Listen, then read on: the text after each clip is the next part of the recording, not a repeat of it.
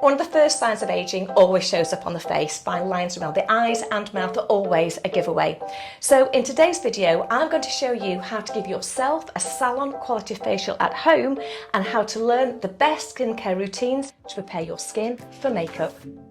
Learning to balance, learning to be in the struggle, I find the relief. Heidi, do you actually have a skincare routine? I go in the shower, I wash my face.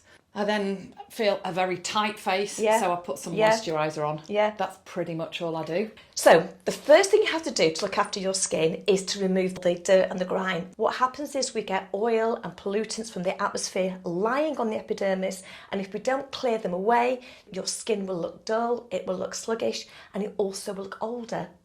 So the first thing we're going to do is to cleanse Heidi's skin. I've washed my hands thoroughly. Okay, Heidi, just put your head back against me. And all I'm going to be doing now is massaging the cleanser into Heidi's skin. Now, but what you'll see here are two things. One, I'm also taking the cleanser on the neck. And secondly, I'm always massaging the skin in an upward direction. And that is really important because gravity will pull the skin down. So throughout the whole, don't we know that? throughout the whole of your facial, what you're doing is pulling the skin up. So what cleanser will do will emulsify the oils and the pollutants on the skin to enable you to remove them. Oh, emulsify means breaks down the fat. So if you have, let's say, a greasy pan, and you want to wash it, and it doesn't matter how hot the water is, you will not break down the oil in that pan simply by adding hot water. So we have to add dish soap, which then disperses the oils. Right. Yeah? Yeah. Is that? Yeah. Yeah. So now, what you'll also notice here is I'm then removing the cleanser with cotton wool. However, the secret being, and this is from the salon days, the secret being, you don't use dry cotton wool. Wet your cotton wool. Simply run a wad of cotton wool under the tap, squeeze out the water, peel the cotton wool then apart. So you've got various pieces of cotton wool, and then you can use those. So let's have a look here, Heidi. Heidi, you said to me your skin was clean when you came here, didn't you? That you'd cleaned it. Oh my goodness me. It does look dirty. So the purpose of the cleanser, first of all, really is just to remove any oils that are still in the skin. Well, it's got years of grime because I've not been doing it properly. Okay, because we've got some, gosh, can you see, there's still little bits of, can you see, it just looks. That's incredible. Yeah. So what I'm going to do is I'm going to do a second cleanse. There's no point watching me do that. I'm going to do a second cleanse and then we're going to go to the next step. Yeah? Yeah. You've never used cleanser? No. Never? Never. The next step we have to do is to tone the skin. How do I describe toning the skin? Toning the skin is, let's say if you have a dishwasher, I'm good at these analogies, aren't I? Brilliant. If you have a dishwasher, tone is a bit like the rinse aid.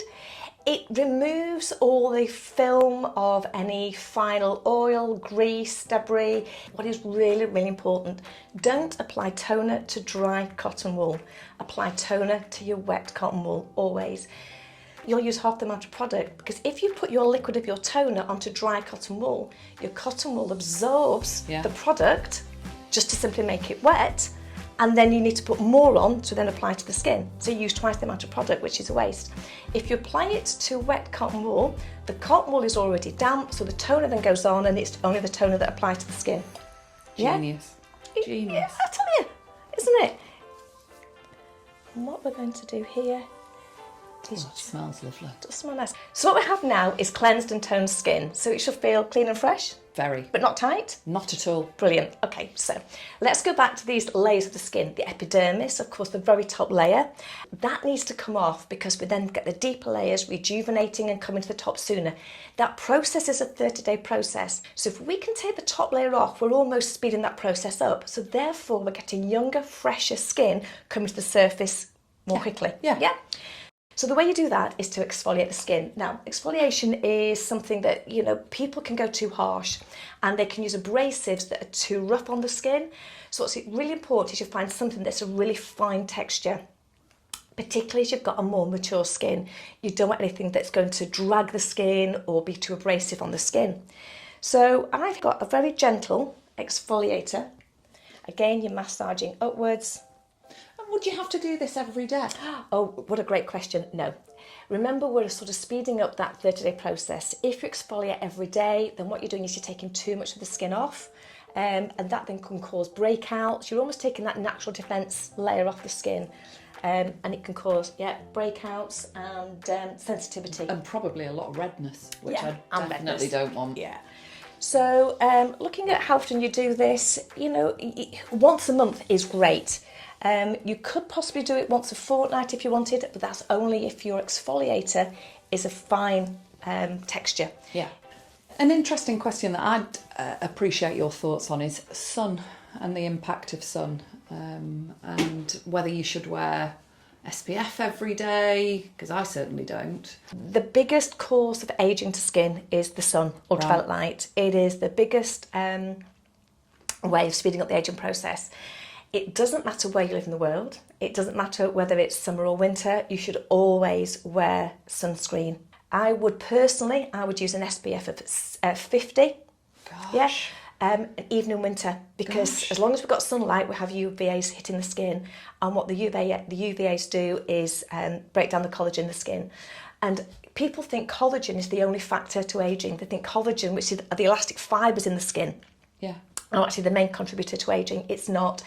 It is the breakdown of the collagen fibres combined with, as we age, our muscles get weaker. Facial muscles that hold the face up are also losing strength. As the facial muscles lose strength, they drop down, and so we're combining facial muscles with the breakdown of collagen.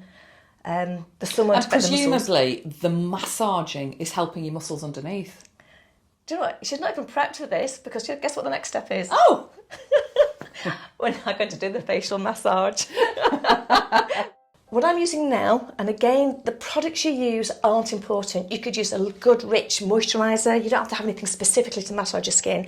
Personally, I like to use oil. The oil I use this is just rosehip oil, okay? And I like it. It's not expensive, but it's a great oil, sort of an anti-aging. There are many products out there that you can use on the skin. Rosehip oil is a lovely oil for the skin. So now massaging the skin. You have a large muscle that goes underneath the jaw. It comes straight up from the breast. It's a large sheet muscle that comes up here. It's called the platysma muscle, and this goes down to the top of the breasts. This muscle goes right again underneath the chin. So the first thing we need to do, we need some massaging. So when yourself, you're constantly massaging, and when you're doing your facials, don't stop at your chin. Most people stop there. They apply products and stop at this jawline. Yeah. And it isn't. This, of course, we call it the turkey neck, don't we, as we get older, is really important to, again, massage up. You have the jowls that form here. You don't actually have any, Heidi, you look fantastic, but the jowly area forms there. So again, on yourself, just reverse the fingers round and you keep massaging up that way.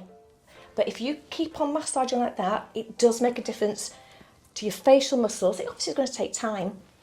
Oh my goodness me. It feels soft and moist and smooth, actually. Much smoother than I would normally feel it to be. Yeah.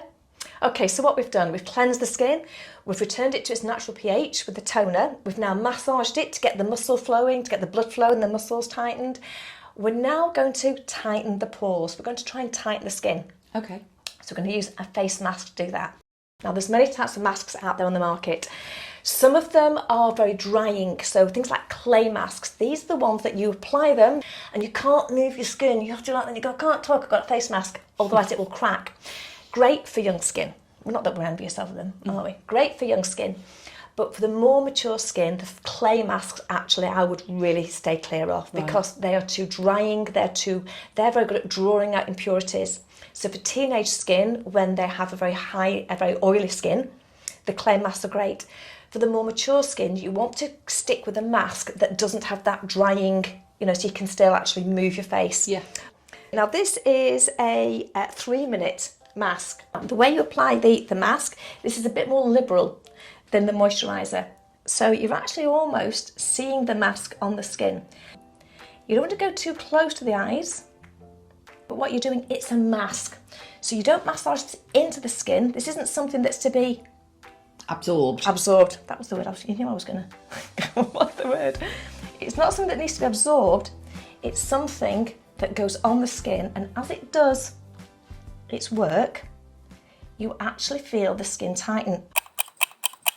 Right, so we've had the mask on the skin for 3 minutes. Now I'm going to remove it. Now, various different ways with removal. You can still use the cotton wool pads that I used before, but you've also got these, the large pieces of the cotton wool. There you go, Heidi. That sort of stuff. Oh, yeah. Yeah. It's like that Father Christmas beard.